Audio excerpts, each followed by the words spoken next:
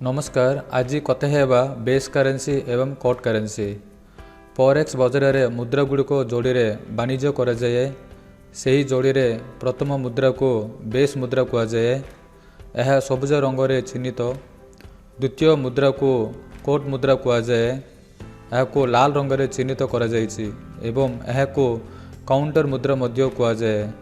विनिमय मूल्य आधार आधार एवं कोट मुद्रा तुलना कराए। उदाहरण स्वरूप यूरो यूएसडी 1.14020 यार अर्थ होउछि मूल मुद्रा एक यूनिट कोट मुद्रा सहित समान।